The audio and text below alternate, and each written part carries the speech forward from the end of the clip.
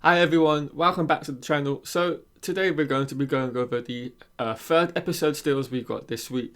You guys know the drill now. If you don't want to have anything spoiled for the upcoming TV show, I suggest turning off and going to watch something else on my channel. So let's jump right into this. We're going to start off right here with this really cool photo of Perrin with the Tinkers, the traveling people. It's really interesting, really cool to see. Now, interestingly enough, I'm sure you all heard the leak that came out maybe a week or a little bit longer ago, where there was about 30 plus photos that were leaked. Well, ironically enough, this photo was one of those leaked photos that they've included for this week's, kind of drop on the What Wiki. So yeah, this is really cool. Perhaps the first thing that would kind of perhaps throw people off or shock them to a degree, it's kind of the lack of color. Of course, I think maybe kind of like myself, we expected the traveling people to have a little bit more of a vibrant color palette for their outfits and whatnot. But as you can clearly see, the essence, the soul of the traveling people is still very much intact. Because if you can see, like, the women, or everybody here, because they're all traveling people, aren't they? But like this woman in the foreground that is sitting with Aram, Perrin and Egwene, you can quite clearly see that she's wearing what we are quite accustomed to when it comes to the traveling people and the way they are described in the books, with their kind of patches of colour, all over their wagons and outfits and whatnot. And it's clear they've most definitely kept that here for the show, but they've just kind of toned it down a bit into to use more so like the lesser vibrant colors. But there's loads of different colors to be on show here. I mean, for example, look at Perrin's kind of, what would you call that? I suppose it's like a sort of jumper or like a wraparound, I suppose is the best way I can describe it.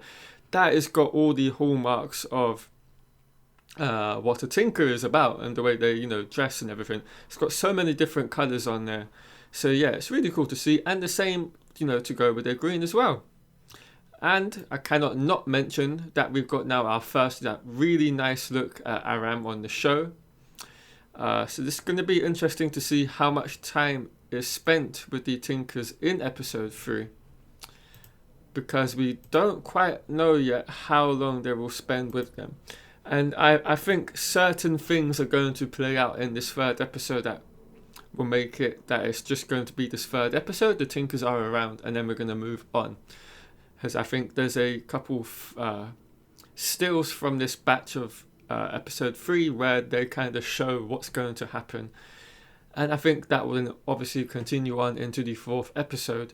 So yeah, I just love the whole kind of environment that the Tinkers have got set up, and how the the team doing the show have gone about designing this set. It's very much keeping course with the what's the concept art that we got quite a while ago, where we saw all the caravans like in a row around a kind of area of open space surrounded by the trees. Now, interestingly enough, I would say what's going to happen, and this is kind of also playing into the evidence we've got. So a while back we got a leaked set of where Egwene and Perrin would be staying after what I presume to be the Shadala Goth sequence, and I think this is what's going to happen. We're going to get episode 2, Shadala Goth's going to happen, and then they're going to fall off the cliff or lead edge and go into the river, and they're going to obviously wake up on the shoreline, and then we will get to that leaked set where they're kind of in the middle of that kind of rundown and old perhaps town. I'll put some photos on the screen just to give you a bit more reference and understanding of what I'm poorly describing right now. And then within this leaked photo set, there was a piece of ground where you could quite clearly see is where these Tinker caravans are or were going to be situated. So I think this is all going to happen very much in the same vicinity and very much in the same portion of the episode, because I think where Egwene and Perrin end up spending that first night after falling over and into the river and then waking up, they're going to spend that first night there. The Tinkers are going to be very close by in the same area, and perhaps Perrin's first meeting with the wolves will also be very much in the same area. And I also think, now this is going to the next photo we're going to discuss, so I'll bring that up on the screen. My God, my voice is going right now. Where it's a second photo of Perrin and Egwene with the travelling people, but this time it's a different sort of vibe. They're no longer in a moment of, comfort or being happy, because as you can see, both Perrin and Egwene have their pocket knives or whatever you want to call them out, and they're obviously aiming it at a group of people. Now I suggest this is very much going to be the same as it was in the books. It's going to be a set of Whitecloaks. I think it's quite possible it's going to be the exact same set of Whitecloaks we got in episode 2. And as we all know, we've seen in the, I think it was the final trailer, there's a shot of Aram on the floor to the left, and then we've got Egwene and Perrin with their backs to one another being circled by a group of 3 Whitecloaks on horseback. So I think that's how it's going to play out, but more on this particular photo. As you can still see, it's very much still in the same part of the place they filmed in, but I think they've kind of just gone further into the woods and starting to go more deeply into them. I love the fact we can see the dogs very much that I was hoping to see, just like in the book, so that's really cool to see.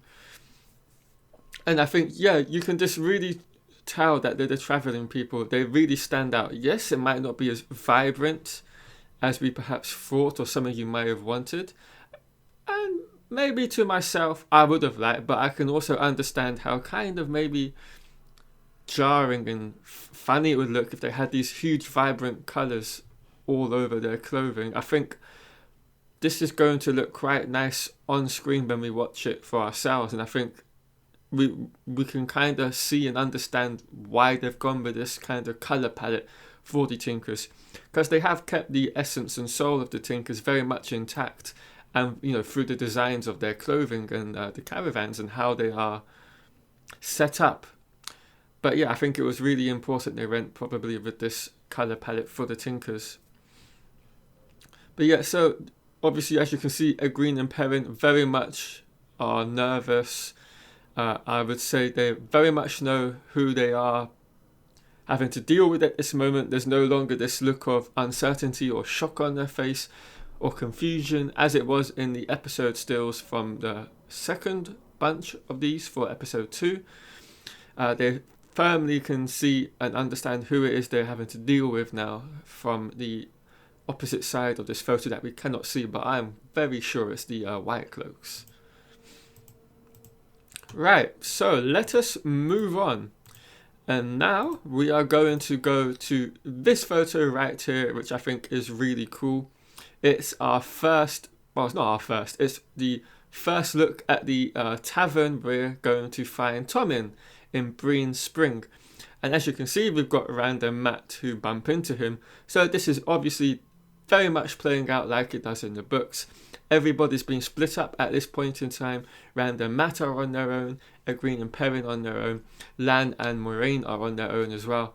And I'm sure Nynaeve will somehow make her way to Lan and Moiraine as well, because I don't know if we've actually seen anything in terms of photos or shots of her with the group after they leave the Two Rivers and go to all these places at Shadar Logoth and all the other towns before we get to this third episode. So I think they're kind of taking a slight different approach with Nynaeve's kind of travelling aspect of things from the books when they're going to do this in this third season.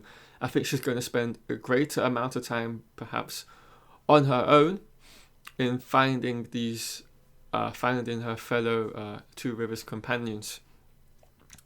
So yeah, what can I say? This inn looks really cool. I love the tone and vibe of this inn. It very much feels like a Wheel of Time inn. When I've read the books, I'm sure it's the same for all you guys out there as well. This is how I envisage the inns that they go to, especially early on. It just has that vibe that I always got from the inns when I was picturing them in my mind's eye.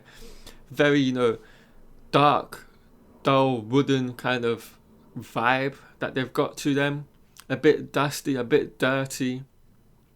Very common, especially since we're not like in a big city of sorts where they're going to have to fight off competition from other inns and taverns within the city, so they can let the place be a little bit less decorative, shall we say. And so yeah, it's really cool. And as you can see, at least in this still, Thom looks to be kind of in a joyous and jovial mood, welcoming Rand and Mat. Or perhaps he's just finished doing one of his, famous... well, it won't be with the harp or anymore. It will now be with the guitar. And it's just like, ooh, welcome, something like that anyway. But interestingly enough, he does seem to have brought the attention of everybody in the inn to focus on Rand and Mat. Or maybe something has just happened and it was already on Rand and Mat as they maybe barged into the inn and interrupted Thom in the middle of one of his Gleeman tales or performances. So yeah, it's just really cool. I do absolutely love the vibe and feel we've got from this photo of the inn. Yeah, then up next we have another photo of Thom. This is much more of a close-up of him, kind of in the moment when he's very much playing or performing in this same inn. It's obviously a still that we've gotten from that moving shot in the behind the scenes that we got a few weeks back. So yeah, really cool. And I think it's pretty obvious now. We know the Fade is going to turn up in this tavern, or in this inn I should say, where Rand and Mat are, and it's going to attack them, and through that it's going to attack Thom. So yeah, I think we're going to get that classic Thom playoff moment where the two boys will escape and Thom is kind of thought to be seen to sacrificing his life for them both. Right, up next we kind of have a few, what I would just like to say, kind of moody shots of Loghain and Lan. Obviously we're going to finally meet Loghain, if we haven't in the first couple of episodes, in this third one. So yeah, I can't really say much on it. There's not much to be seen or found out from this couple of last photos, as it's just basically stuff we've already seen in other promotional stills. This is obviously the moment that we've seen where he's captured by the sisters, and they're along the road where I believe they may bump into Egwene and Perrin. That's who I think will bump into Loghain. Although we've seen some clever, I believe, trickery where it looks like Mat and Rand may bump into him as well at some point. So maybe it's more likely it's going to be Rand and Mat. But yeah, like I said, a couple of really just close-up photos of Lan looking off somewhere. Where that is, I don't know. Then we've got him on horseback on Mandab.